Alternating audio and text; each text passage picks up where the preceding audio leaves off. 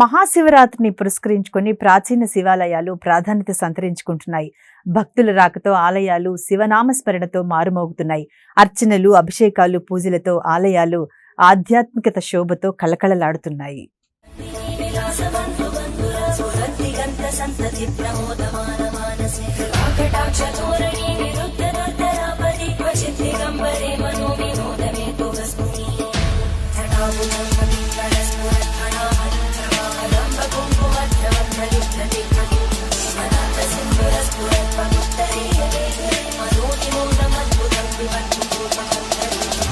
ఓంకారేశ్వరాలయం కొరాట ఆదిలాబాద్ జిల్లా నుండి 18 కిలోమీటర్ల దూరంలో ఉన్న జనత్ మండలం కొరట ఓంకారేశ్వర శివాలయం అత్యంత పురాతనమైంది.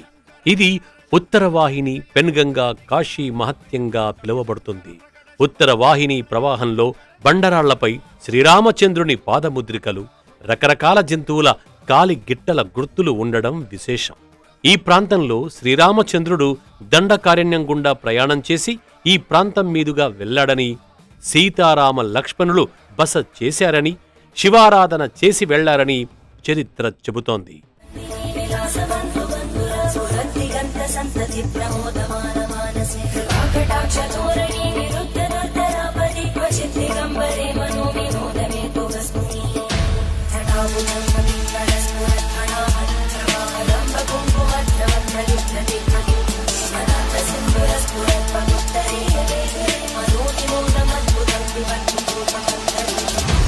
కర్ణాటక ప్రాంతానికి చెందిన భక్తుడు రామ్దాస్ మహారాజ్ తీర్థయాత్రలు చేస్తూ మహూర్ ప్రాంతానికి చేరుకుని అక్కడి మఠంలో ప్రాచీన గ్రంథం పఠిస్తున్న సమయంలో గోదావరి ఉత్తర వాహినిగా ప్రవహించే ప్రాంతం మహిమాన్వితమైన ప్రాంతంగా ఉందని తెలుసుకుని ఆ స్థలాన్ని కనుగొనే ప్రయత్నంలో గోదావరి ప్రవాహం వెంట రామ్దాస్ మహారాజ్ నడుస్తూ చనాకా ప్రాంతానికి చేరుకుని అక్కడ బస చేసి ఆ ఊరి ప్రజలందరినీ పిలిచి ఇక్కడ ఉత్తరవాహిని పెనుగంగా ఉందని చెప్పారు.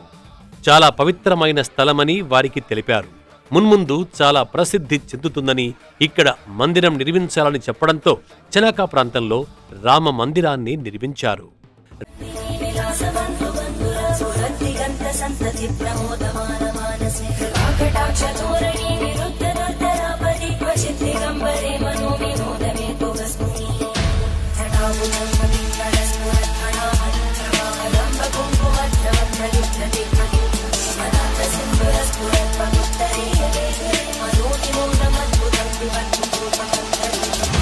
రామ్దాస్ మహారాజ్ శ్రావణ మాసంలో ఒకరోజు అర్ధరాత్రి సమయంలో మందిరం నుంచి బయటకొచ్చిన సందర్భంలో ఉత్తరవాహిని పెనుగంగా మలుపు తిరిగే ప్రాంతంలో ఒక దివ్యమైన జ్యోతి పలుమార్లు కనిపించడంతో ఆశ్చర్యానికి లోనై జ్యోతి ఏమై ఉంటుందని తెలుసుకునే ప్రయత్నం చేశాడు.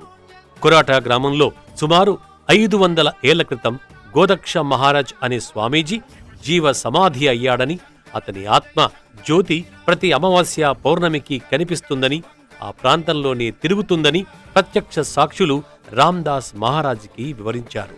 ఎక్కడైతే జ్యోతి కనిపించిందో అక్కడికి రామ్దాస్ మహారాజ్ కొరట గ్రామస్తుల్ని తీసుకుని వెళ్లి చూడగా కొన్ని వందల ఏండ్ల నుంచి మఠం అని పిలిచేవారని గ్రామస్తులు తెలిపారు. ఏదేమైనా ఈ ప్రాంతానికి చాలా మహత్యముందని రామ్దాస్ మహారాజ్ తెలిపారు.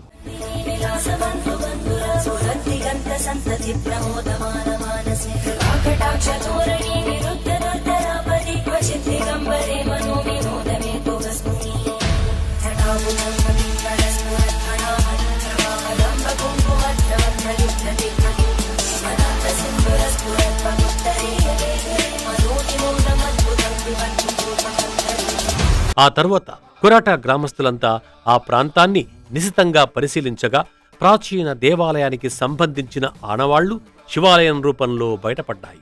విరిగిన స్తంభాలు, పూర్తిగా ధ్వంసమై ఉన్న శివలింగం, పురాతన నాణేలు, శిలాశాసనం కనిపించాయి.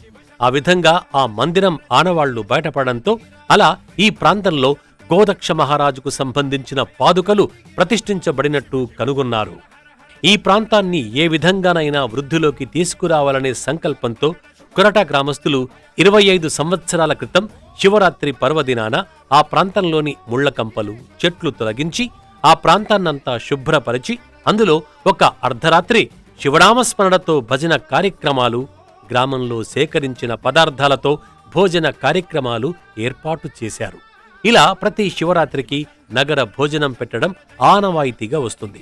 ఇప్పుడు ఓంకారేశ్వర ఆలయం పేరుతో నూతన శివాలయం నిర్మించి పూజాది కార్యక్రమాలు నిర్వహిస్తున్నారు. ఇక్కడికి ప్రతి శివరాత్రి పర్వదినాన ఆదిలాబాద్, మహారాష్ట్ర వివిధ ప్రాంతాల నుంచి భక్తులు అధిక సంఖ్యలో వచ్చి స్వామివారిని దర్శించుకుంటారు. అలాగే శివభక్తులు 41 రోజుల పాటు దీక్షలు చేపట్టి స్వామివారికి నిత్య పూజలు జరుపుతారు. సంతతి ప్రమోదమాన మానసే